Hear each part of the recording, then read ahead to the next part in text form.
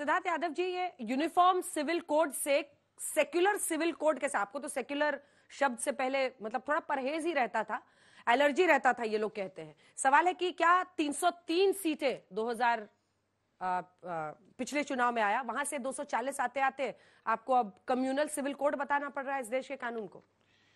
देखिए अंजना जी, हमें सेक्युलर शब्द से कभी कोई समस्या नहीं रही, हमें सूडो सेक्युलर से दिक्कत रही, क्योंकि इस देश में सेक्युलरिज्म का चोगा पहन करके इस देश के नागरिकों को सेक्युलरिज्म की आड़ में तुष्टीकरण की आग में झुलसने वाले जो पूरा विपक्ष आज का है, उसने इस देश के साथ जितना अन्याय किया उसके खिलाफ हम खड़े रहे। इसलिए शायद ये नैरेटिव ऐसा बनाने के लिए हमेशा एक प्रयास करते हैं।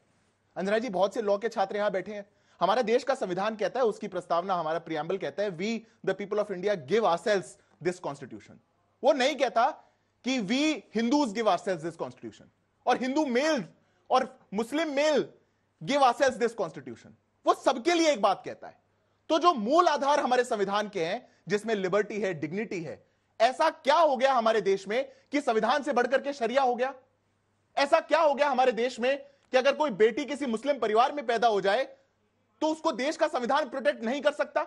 वो ट्रिपल तलाक में, हलाला में, मरिया में, वक्फ बोर्ड के उसके तंज के नीचे उसको फंसना पड़ता है, मरना पड़ता है। क्यों हुआ ऐसा?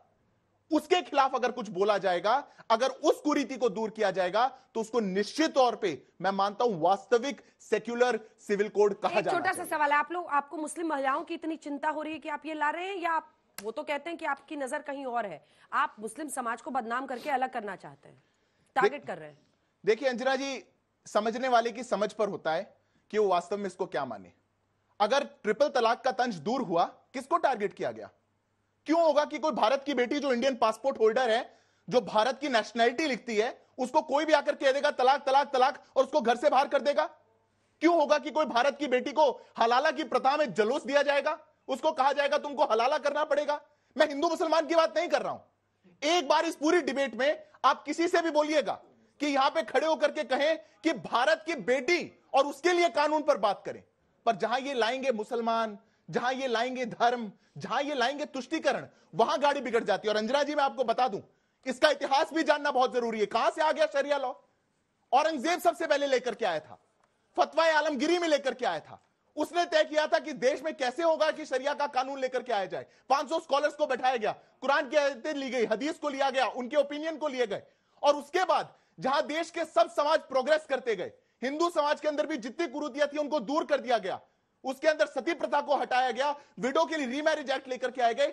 इस्लामिक फंडामेंटलिस्ट इस देश में ठीक है, मुसलमान महिलाओं के साथ ये प्रताड़ना करते रहे। और अंजना जी, बस 10 सेकंड लूंगा, ये देश का एक विपक्ष षड्यंत्र के तौर पर इनके आगे घुटने टेक कर हमारी मुसलमान बहनों के साथ ये अन्याय करता रहा। ये हिंदू मुसलमान का विषय नहीं है, ये मेजॉरिटी माइनॉरिटी का विषय भी नहीं है, ये powerful main versus powerless women का विषय है। अगर इसके साथ खड़ा होना है तो फिर आपको सेक्युलर होकर के खड़ा होना पड़ेगा, सूडो सेक्युलर होकर के आप खड़े नहीं हो सकते। ठीक है, अब देखिए, यूनिफॉर्म सिविल कोड का जो अर्थ है, विवाह हो, तलाक हो, बच्चा गोद लेना हो, संपत्ति के बंटवारे जैसे विषयों में सभी नागरिकों के लिए एक जैसे नियम हो। यह सच है कि सबसे ज्यादा दंश महिलाओं को झेलना पड़ता है अगर कानून अलग अलग हो। ऐसे में एक देश एक कानून से क्यों न चले? सुरेंद्र राजपूत। अंजना जी कहते हैं ना कि मैं तुम पर हर बार भरोसा करता हूं, मैं तुम पर हर बार भरोसा करता हूं, इतना सच्चा झूठ तुम्हारा होता है। ये इनका झूठ ही इतना सच्चा होता है कि क्या करें। अब इनको देखिए, 3-4 चीजें हम आपको बताएं। देश की सबसे बड़ी कम्युनल पार्टी आज सेकुलर सिविल कोड लेके आ रही। आप इस चीज को देखिए, यही आपके शो में 1000 प्रवक्ता, इनके 1000 बहस दिखा दूंगा, जब वो संविधान के प्रियम्बल में सिविल सेकुलर शब्द से ऐतराज करते हैं। भारतीय जनता पार्टी के लोग करते हैं कि नहीं करते हैं? आप बता दीजिए। जो जवाब आपका वो हमारा। नहीं, कहा है कई, हमेशा, एक नहीं, सारे के सारे प्रवक्ता, किसी का भी नाम ले लीजिए। मेरा पहला प्रश्न वही, ठीक है ना? प्रियम्बल में सेकुलर शब्द से जो नफरत करते हुए लोग सेकुलर सिविल कोड लेकर के आ रहे हैं, ये इनका सच्चा झूठ है। एक बात। दूसरी बात, हिंदुस्तान का कानून जो क्रिमिनल लॉ है, वो सारा का सारा, भाई आप हत्या करोगे, चाहे हिंदू करे चाहे मुसलमान करे, फांसी होगी। ये लड़के बैठे हुए हैं सब, होगी कि नहीं होगी बताओ? कोई आदमी शादी के बाद तलाक की बात करे, जो भी कानून के पास जाएगा कानून के पास जो कानून के पास जाएगा उसको हिंदुस्तान के कानून के हिसाब से उसका तलाक होगा, उसका भरण पोषण होगा। जो कानून के पास नहीं जाएगा, और जो कानून के पास नहीं जाएगा वो चाहे हिंदू हो चाहे मुसलमान हो, प्यासा मारा जाएगा। जैसे आप यहां पर तो तलाक की बात कर ले रही हैं शरिया पे, उन महिलाओं की बात आप नहीं कर रही हैं जिनको बगैर तलाक दिए, बगैर किसी रीति के छोड़ दिया जाता है महिलाएं वो नहीं। दिखाऊं मैं आपको, नाम लेकर के कहूं, आपके सामने भी है, हम नाम नहीं लेना चाहते, बहुत बड़ा नाम है। उन महिलाओं का आप क्या कीजिएगा? उनके लिए कोई कानून बनाए हैं? जिन महिलाओं को आपने बगैर तलाक के छोड़ दिया। बनारस में हजारों हमारे यहां की महिलाएं हैं जो बगैर तलाक के छोड़िए, खाना पीना 2 गज जून की रोटी नहीं मिलती। मैं बनारस से लेके गुजरात तक जा सकता हूं। तो आप हिंदू मुसलमान करने के लिए ये सारी चीजें लेकर के आ रहे हैं। उसके बाद भी हम एक बात कहते हैं, अब तक यूनिफॉर्म सिविल कोड था, अब सेकुलर सिविल कोड आ गया। फिर से मैं पूछता हूं, ड्राफ्ट कहां है? आप ड्राफ्ट पे चर्चा करेंगे ना? कोई बात है? पिछले 10 साल से लगातार यूनिफॉर्म सिविल कोड की बात हो रही थी, अब कल सेकुलर सिविल कोड की हो गई। ड्राफ्ट है, ड्राफ्ट पे तो आप चर्चा कीजिएगा ना कि भाई इसमें क्या अच्छाई है, क्या बुराई है। सभी जितने हमारे लॉ के स्टूडेंट्स हैं, लॉ के प्रोफेसर्स हैं, हमारे संविधान निर्माता लोग हैं, वो सारे के सारे आप जो हैं उनको दीजिए, बात करिए। और एक सबसे बड़ी बात, हिंदुस्तान के कानून को कम्युनल कहकर के बाबा साहब भीमराव अंबेडकर को गाली देने का हक किसने दिया? ठीक है, पहले आप हमें बताइए, बाबा साहब अंबेडकर को गाली दे रहे हैं लोग कम्युनल वो करके। पता है आप क्या जवाब देंगे? एक बार सत्यप्रकाश जी को। बहुत अच्छी बात इन्होंने कही। इनको सेकुलर शब्द से जिन्होंने डाला, अब इनको चिढ़ हो रही है। बाबा साहब अंबेडकर के संविधान के प्रति ही प्रधानमंत्री नरेंद्र मोदी जी ने लाल किला से यह बात कहा कि संविधान के पार्ट 4 में जो आर्टिकल 44 है वो यूनिफॉर्मिटी सिविल कोड की बात करता है। उसमें यदि सेकुलर शब्द जुड़ गया तो कांग्रेस में इतनी तिलमिलाहट क्यों है? आपने ढोया, आपने इस देश को, हम तो खुश हैं। नहीं ठीक है, ड्राफ्ट आएगा। आपने इस देश को इतने दिन बिना सिविल कोड के जारी रहने दिया।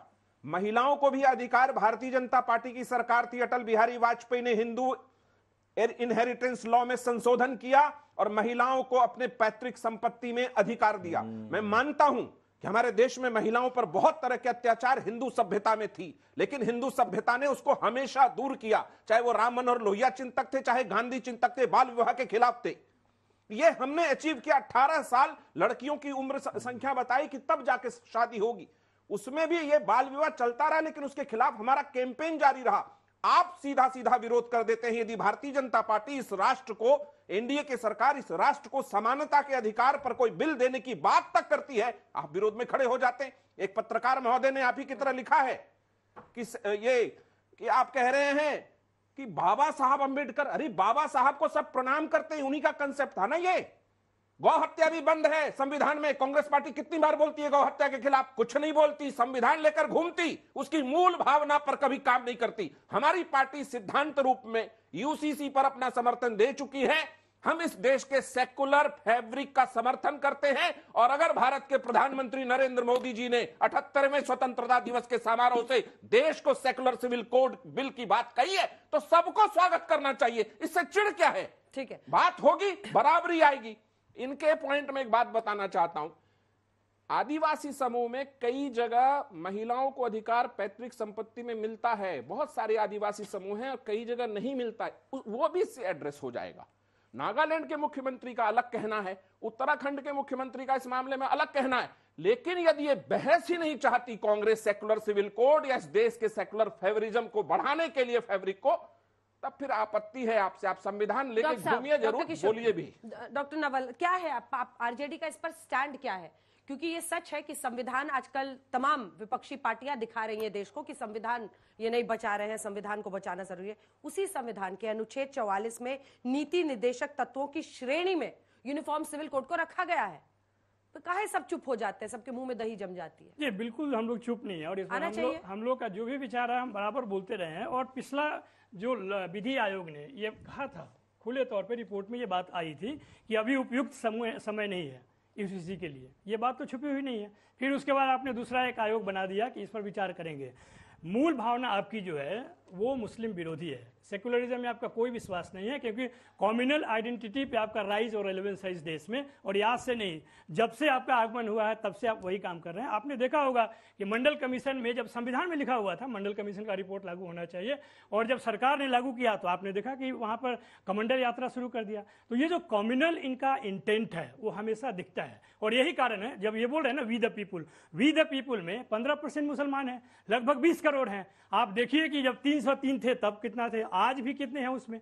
आप एक 20 करोड़ मुसलमान के खिलाफ में आप पूरी तरह से दोयम दर्जे का बात, आपके एक एक कार्यकर्ता, नेता और प्रवक्ता का था, ये छुपी हुई बात नहीं है। यहाँ पे उन पर भरोसा नहीं होता है। हमेशा जब भी ये बात कहते हैं, इस तरह की यूनिफॉर्मिटी की बात करते हैं, तो उसमें एक समुदाय के खिलाफ में उनकी भावना रहती है, और उसी भावना के आधार पे हम लोग मानते हैं कि भारतीय जनता पार्टी हमेशा बंटवारा, नफरत और घृणा की राजनीति करती रही है, और यह भी उसका उद्देश्य यही है। छोटा सा काउंटर क्वेश्चन है कि बीजेपी मुस्लिम विरोधी है इसलिए देश में यूसीसी ना आए, या यूसीसी देश में आना चाहिए? आपका स्टैंड मुझे समझ नहीं आया। नहीं, बिल्कुल आपको समझना चाहिए कि संविधान के नीति निर्देशक तत्व में जो बातें कही गई हैं, वो जस्टिसिएबल नहीं है, उसके लिए नहीं आना चाहिए। नहीं, आप बात तो समझिए।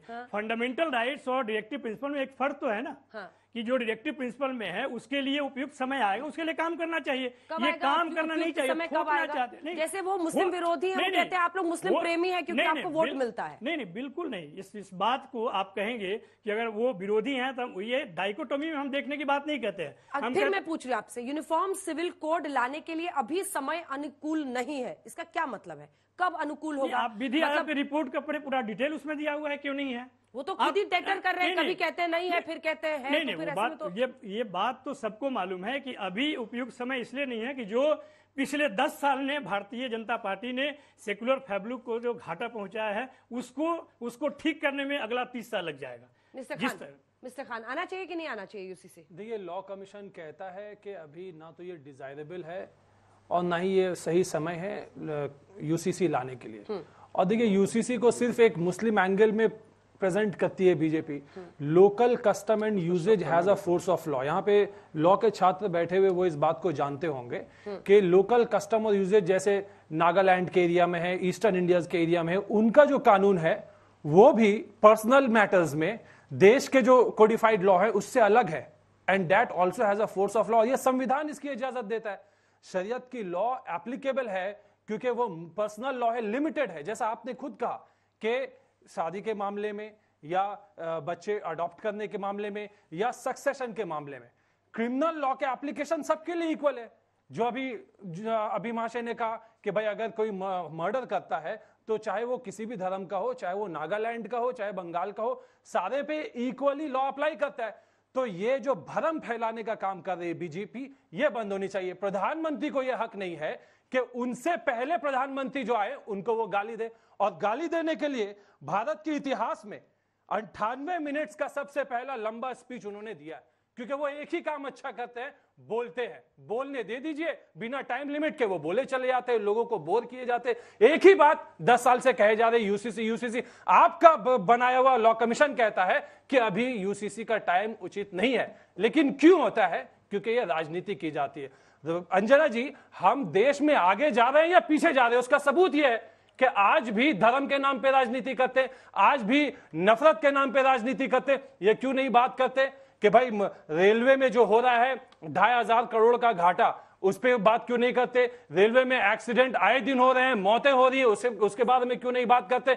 इन बातों से उलझाने के लिए, ध्यान को भटकाने के लिए वो आकर के भाषण देते हैं। वो उन्होंने इंडिपेंडेंस डे में भाषण क्यों नहीं दे दिया कि हम 6 महीने के अंदर रेलवे में जो नुकसान हुआ है उनके पेट प्रोजेक्ट्स के वजह से हम उसका रिकवर करेंगे। जो एक्सीडेंट्स हो रहे हैं anti locking anti braking system को लेकर के, हम उसको जो है 3 महीने का टारगेट देते हैं, हम उसको कंप्लीट करेंगे। ये बात वो नहीं करेंगे।